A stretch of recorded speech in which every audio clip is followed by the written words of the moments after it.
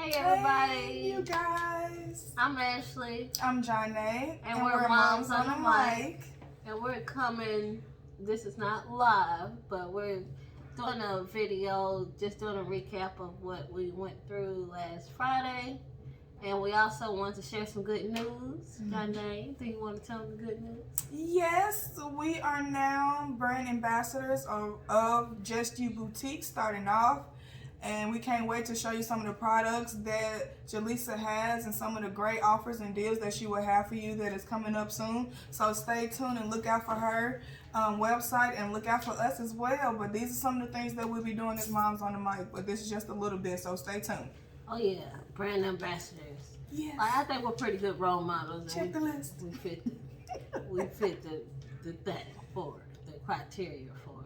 Oh yeah. And plus, Jaleesa, she's such a sweet woman. Like, I haven't met her in person yet, but over the phone, she sounds so energetic and willing and ready, on the same page as we are. So, yes. Shout out to Jaleesa. Love you, sis. Thank you for giving us the opportunity. Can't wait. I'm excited. Can't wait to see what's in store for both of us. And also, if you want to continue to support us, we have our cash outs. And I have an individual one. It's $asheeraw. That's $ASHEERAW. And then we also have one for our business line, which is... That is $motivate82020. That's MOTIV, the number 82020. And you can also do my cash app as well with the $JohnnateJones. But we also have GoFundMe's account as well. You can also contribute or donate through Facebook, Messenger, and different avenues of that until we can get other developments for our stuff going, as far as the avenues, as far as how you can donate. So we'll also have all of that information in our description. Yes. And make sure you subscribe and like below. And I guess we'll go ahead and get into what we spoke about Friday. Which it was so good, you all. Yeah. So for the ones you missed it, please tune in to us. We're talking about some good, juicy topics. Yes, and for a lot of people that missed the show, we wanted to give like a little recap and then introduce our next topic that we'll be talking about this coming up Friday. And will Jaleesa be on that show or on the next show? Stay tuned to find out. To see. Yes. But yes, hopefully she will be on this show coming up this Friday, just talking about different topics and different things that we are coming up with, and that we would like not only for her but for you to be a part of as well, if not just listening in or just commenting or just feeling free just to see what the topic is. All right. So our first topic that we spoke about was children and parenting. And I actually learned a lot by, we have 9 steps that we went through, and I like to start by going over that. And the first was to boost your child's self-esteem. Like, no matter what's going on with the child, just make sure that you're always congratulating them, no matter big or small. If they made you a bracelet or something like that, just wear the hell out of it. If they, try to attempt to clean their room but then do it the way that you want them to, still boost that baby's self-esteem up. Of course. And did you want to say anything about that? You're gonna be going to the next step. No, just like what you said, just be that pivotal point for your child. Like, like I said last week, if nobody, or if that child doesn't say nobody was there for me or nobody did this for me, at least I know my mom and my dad supported me even when I didn't do the best, or even when I didn't make things perfect. They were still right there with open arms, and they were still right there cheering me on at the end of the day. So it makes $1 million difference. Yeah, because we're the biggest cheerleaders, like parents. We can be. Yeah. Yeah. That's what we need to be. That's our goal. That's better said. Be your child's biggest cheerleader. Like, I know you probably didn't do it. I was against cheerleaders in high school, but that's just a little basketball rivalry thing. I said it's a whole different. Yes, just be the one to say, go, baby. Yes, you can do it. Yeah, you did good, baby. And number 2 is to catch your child being good. Like, that also goes with the building their self-esteem. Like, most childs, like, there's some children out there that seem to be like a problem kid, or like you just don't see, like you just see that they're always into something or anything like that. Congratulate them. Also build their self-esteem. That sounds like number two. Number one, they go in together. But catch them being good. If you see them, what was the example on here? Which I think is cleaning the room and making the bed. Yeah. Yep, it says more effective approach to catch the child doing something right. You made your bed without being asked. That's terrific. So like, if they go on and beyond to do something, as far as like washing their hands, you go ahead, baby. Thank you for washing your hands before dinner or lunch. And what are some other ways you can catch them being good? Like I said, just doing chores, the grades, just being nice around the house. If they're being friendly, if they're sharing with their brother and sister. Sharing is a big thing. Like, thank you for sharing. That's a good one. Mm-hmm. Yeah, share, baby, share. Okay, our next step was to set limits and be consistent with your discipline. I know that sometimes sometimes I'm not consistent with my discipline because they look so sweet and innocent and they get me every time. But I'm starting to be more onto that. My main problem now is just with the juice situation. My baby thinks she's going to sit up and drink juice all day. So I had to let her know, no, you had juice one time. So let's go ahead and drink water. So I'm going to let her know that we're going to get that together. I don't even know yet. But always be firm on timeouts. And I'm not going to say don't beat your child, but like there's other ways. Just make sure you get to the bottom of the story before you get the whooping on your child. Mm-hmm. Because like sometimes we jump to the gun. Yeah, jump the gun. Good talk normally. I know it sounds like, I guess it's a new age way of raising children. But they normally learn whenever you talk to them. You just got to sit down and take that time out. And I think that, that's number 4. But I didn't mean to jump into it like that. But make time for your children is number 4. Like, whenever you sit down with them, you can do something as simple as playing Uno. I play Uno with my children, teach them the numbers and the colors. So you're having a learning moment at the same time. Those little moments, like they get to have their little bragging times whenever they win. Like, I let them win, but they still have their times. Like, Mama, you remember that time we was playing Uno? Like, just give them the memories. The memories are what really makes a child grow fonder. Let me piggyback off that before, because it kind of goes with what you just said, but it was going back into 2 and 3.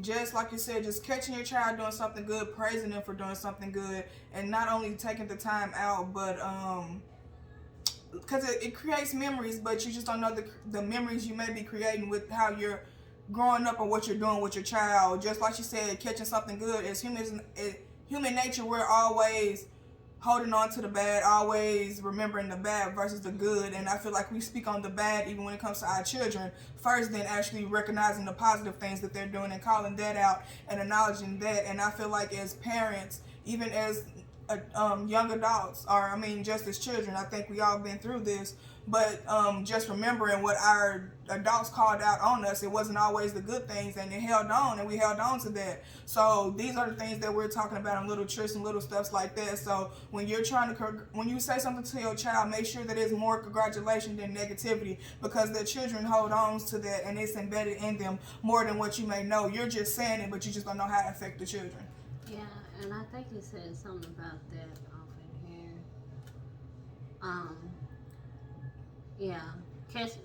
Catching them being good. Don't criticize them. Don't criticize them whatsoever. Like, even though, like, it may not be the way we want it done, but it got done. Yeah, like, say for instance, your child is hitting, we're having that hitting issue, where Mom, she hit me, Mommy, she hit me. Instead of popping that child, telling them, hey, stop hitting, you let them understand, like, hey, no, the side effects be like, hey, if you hit somebody, they're gonna hit you back, you're gonna cry. It's a whole cycle. So I mean, I guess. Just unconditional love at the end of the day. Not try to be so judgmental when it comes to your kids. And if we think of as parents instead of thinking, if we thought of kids instead of thinking as parents, I feel like we'll give our kids more respect and more leeway for them to be them. Because kids are going to make mistakes. We, hell, as adults are still making mistakes. So I would only think that you would put one and two together to say a kid is going to make mistakes because they're a child. They're still growing up and still trying to experience life and still trying to learn like we are. And sometimes I feel like as parents, we don't try to have that understanding. So, with understanding comes a great deal of learning. Like, you grow up to be a better person whenever you have that great deal of understanding as a child with your parent. That tips off into relationships, but the relationship that the child has with the parent has a lot to do with how they would deal with relationships and people, period, as they grow up. So, our next step, number 5, is be a good role model. I know we're all not perfect, but the sad thing is the children do whatever the adults do. So, if you don't feel like you're being a good role model, like we were talking about in mental health, I always try to find a better role model or someone that you want to be like, so that's a good example for them to lead by. Like one of my good role models is Oprah. Like Oprah, she is very inspirational and she keeps me on my toes, even though I haven't talked to her lately. But she's a really good inspiration in my life, and I try to do some things that, like, if I'm down or something, I think of one of her quotes or something, and I try to be that positive role model for my child as well. So maybe whenever my children grow up, they're gonna have some part of Oprah in them. Like, it's gonna be in the blood. Not in them. Well, I'm not saying that my parents aren't good role models. They're good role models as well too. But I'm just saying, like, for those people who feel like your parents weren't a good enough role model for yourself, you can always find one on the internet.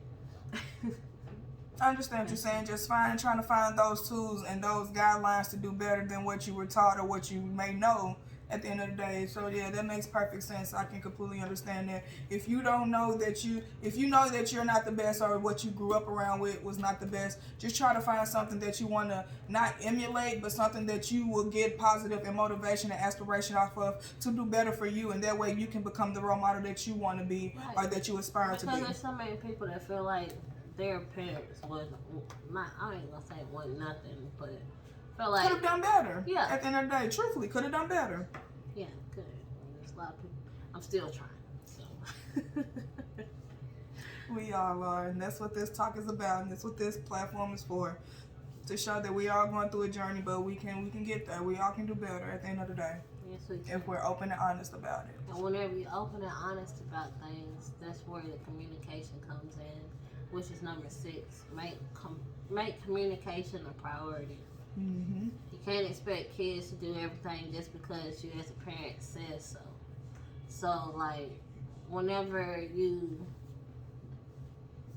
in a situation where, okay, I guess we could say, like, smoking, and be like, hey, child, don't smoke. But if they see you smoke, that's to do as a...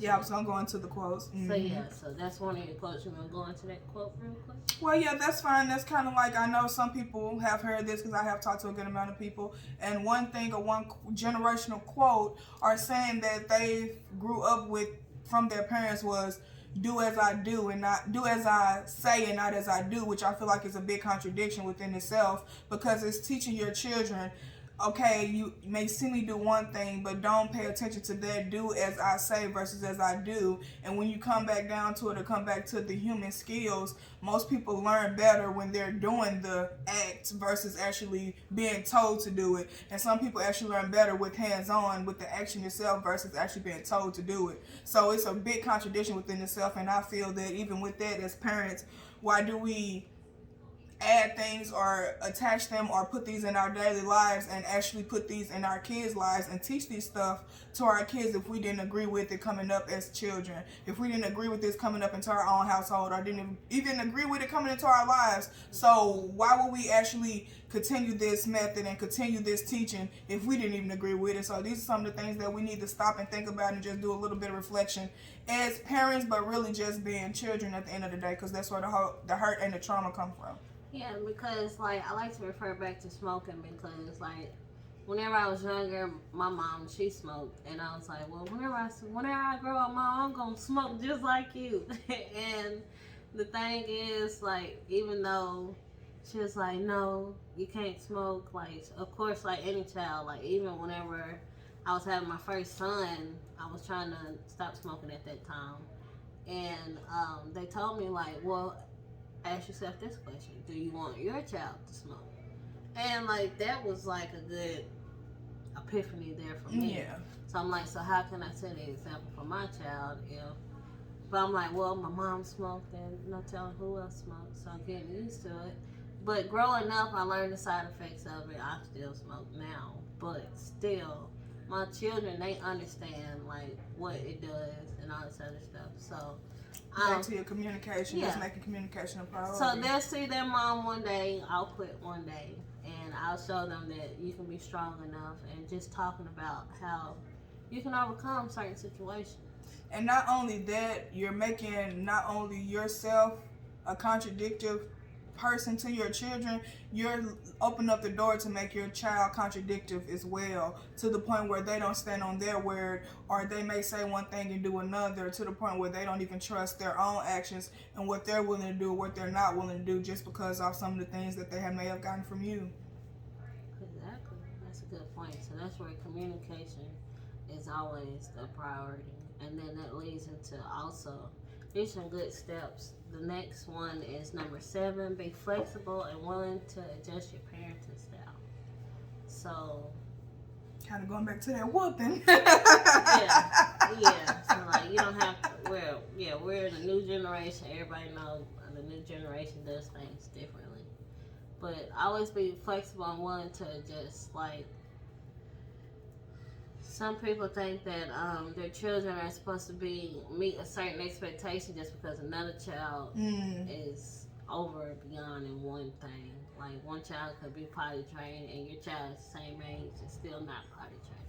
Like don't feel bad as a parent thinking that your child is not. You're not a good enough parent to make your child a good enough child, basically. Mm-hmm.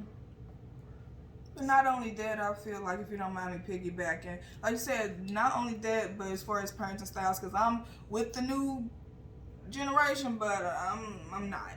I feel like I still have an old soul, so I don't disagree with whooping your child. I just feel like you said, every circumstances is certain situations and certain reactions and certain responses. I feel like you should try every option and every avenue to communicate with your child to get them to understand the situation and what's going on. But no, I'm not against whooping. I was whooped as a child. I feel like I had some things, as far as flaws and certain things but I feel like I grew up great. I'm not going to just say, beat me, no, but I'm just saying I know what I grew up on. Yes, I didn't agree with it solely, and I feel like it was other ways of parenting styles and other ways of doing things, and to incorporate that. So that's all I'm doing with my parenting. I'm incorporating different styles and different options and different ways of parenting and disciplining my kids, but I do not disagree with not whooping.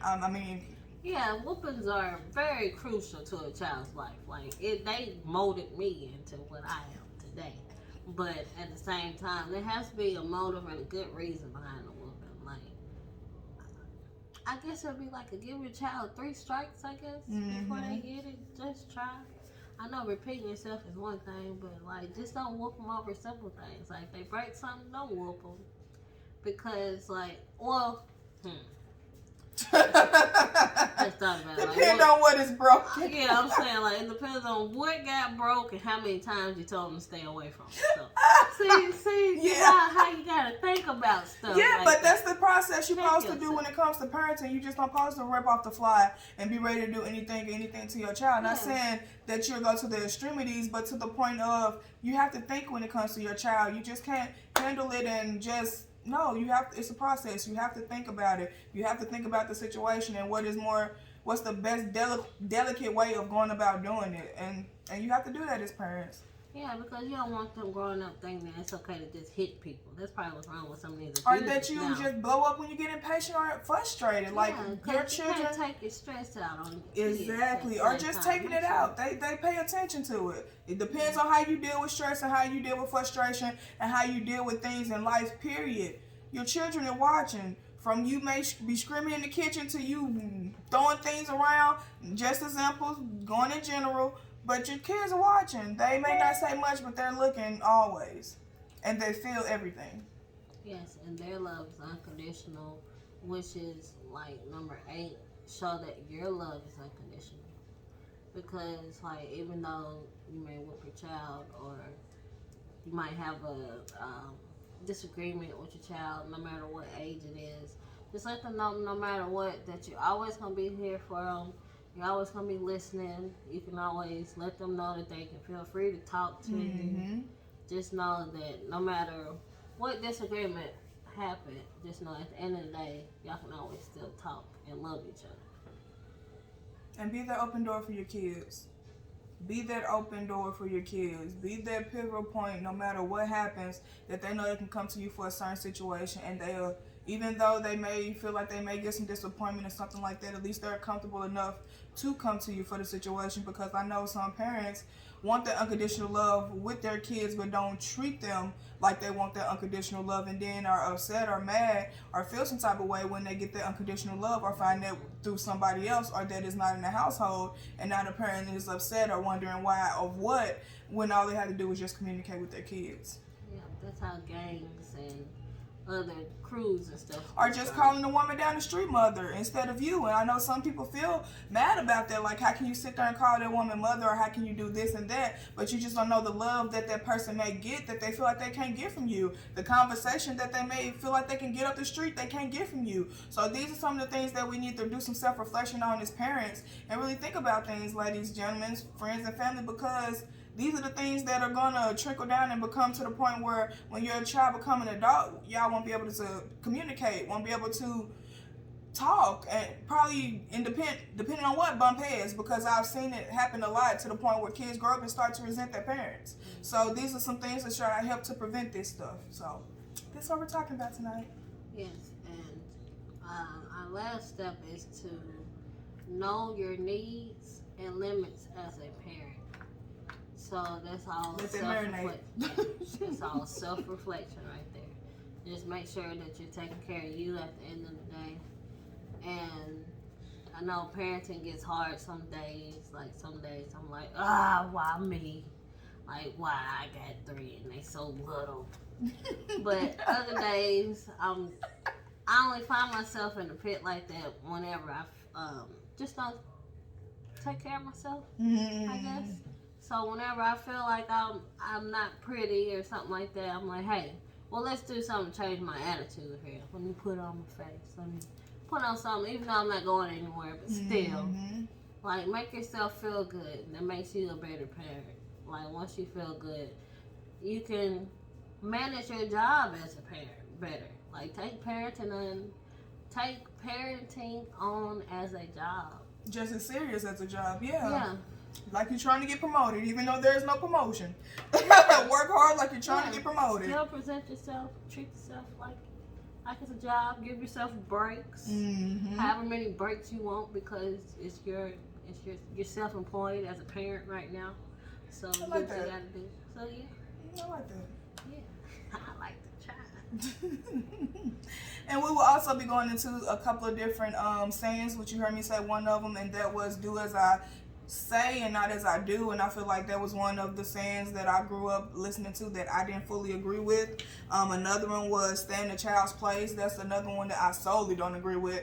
Talking last week, we just reflected a little bit about these different quotes, and I thought to ask, like, you know, what is a child's place? I feel like some children are smarter than adults.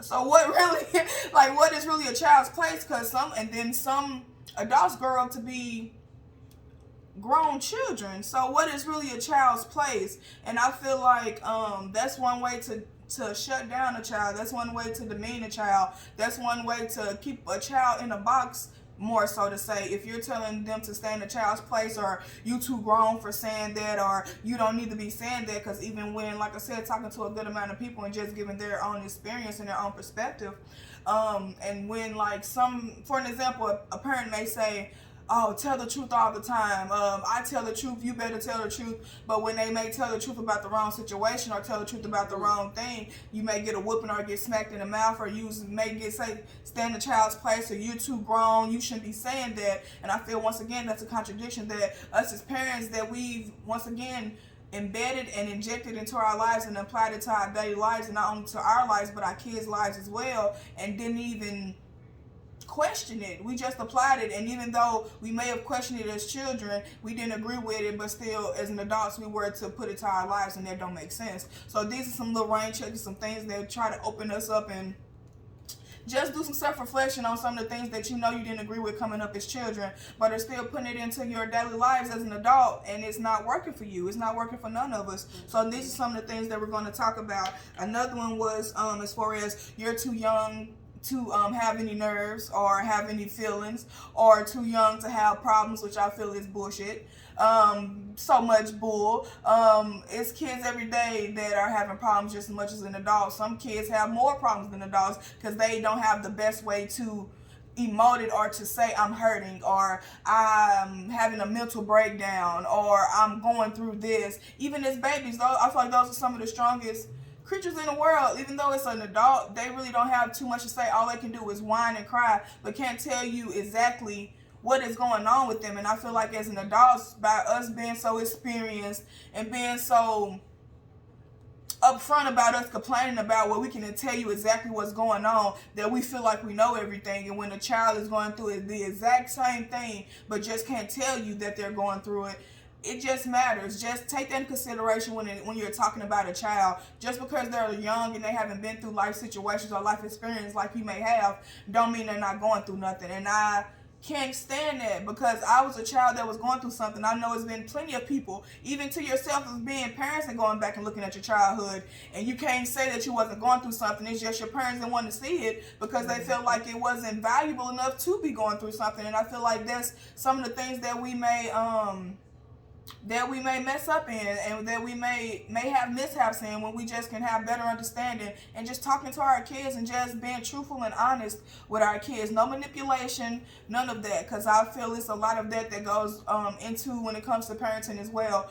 Going back kind of off what Ashley was saying, just having that unconditional love, because your children have that unconditional love for you coming out the womb. So I feel like some parents take advantage of that, and instead of having that unconditional love, they manipulate it, they test it, they stomp on it, and kids growing up, like I said, resenting their parents, if not to the point where they just don't even deal with their parents. And I've had a lot of that.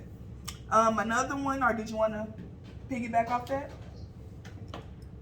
Well, what I would like to do is I would like to get some comments on what those sayings are, because, like, with me growing up, I haven't heard those sayings, but I've heard people, like, how the reaction that they get to those sayings, like staying in the child's place and children don't have nerves. Well, I've heard, you ain't old enough to have nerves before. Yeah. But that was something serious. Like, hey, Mom, you get on my nerves because I asked for, I want something to eat, and you keep taking too long. You're not cooking fast enough. But other than that, yeah, I would like to know. Like, it'd be nice if y'all could comment on some of those quotes and, like, some of the experiences that you have felt from hearing something like that, or exactly. if you still say it to this day. Like, do you still say, what was the?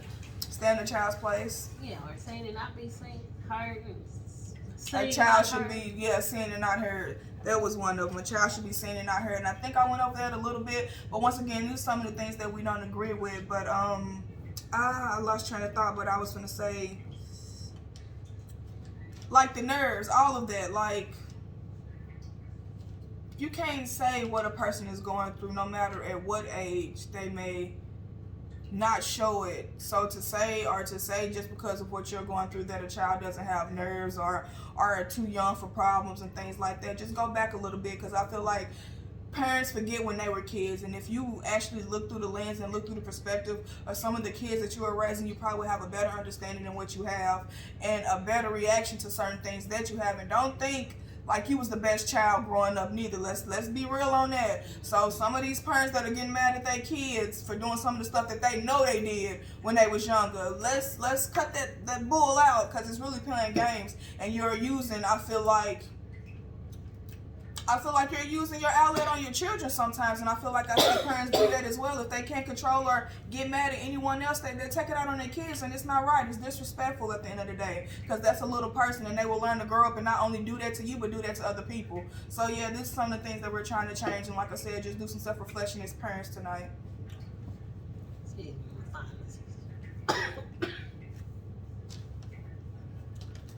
Alright. So, do you want to get into relationships? Yeah. Alright. And like I said, just comment below